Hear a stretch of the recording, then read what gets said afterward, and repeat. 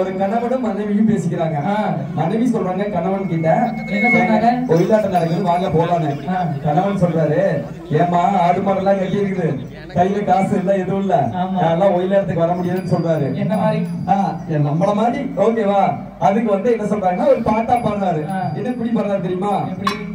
கையில காசு இல்லை, கடற்கொண்டு பாட்டாலும் இல்லை, கட்டாயம் நான் வரமாட்டேன், கட்டாயம் நான் வரமாட்டேன்.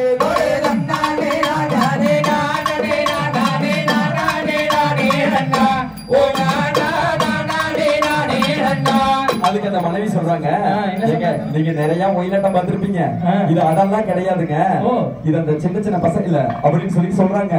அப்ப யாரோடது அப்படின்னு கேக்குறாங்க. நம்ம தீரன் பாரம்பரிய ஒயிலாட்டம் ராஜமாமா தலைமையில சிறப்பாக நடக்குது மச்சான். மச்சான் போய் வருவோம் வாங்க மச்சான்.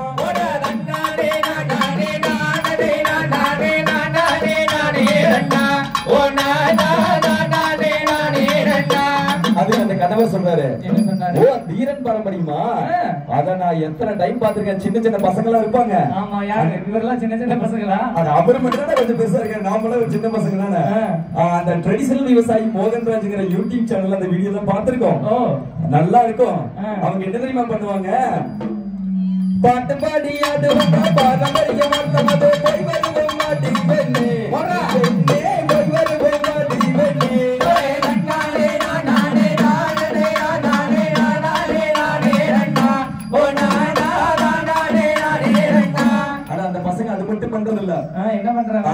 குருதட்சணையும் வேண்டாம், எதுவும் வேண்டாம், காசு வேண்டாம், ஒண்ணு வேண்டாம், முடிஞ்சா சோறு போட்டீங்கன்னா போதுக்கிறானுங்க. வீட்டுல போட மாட்டாங்க. வீட்டுல போட லேட்டா போறது அவங்க போட மாட்டாங்க இல்லையா? அதனால இங்கேயே போட்டுன்னு சொல்லி கேக்குறாங்க. அதனால அந்த பசங்க சொல்றாங்க, ஏய் பண்ணா தோணி எடுத்து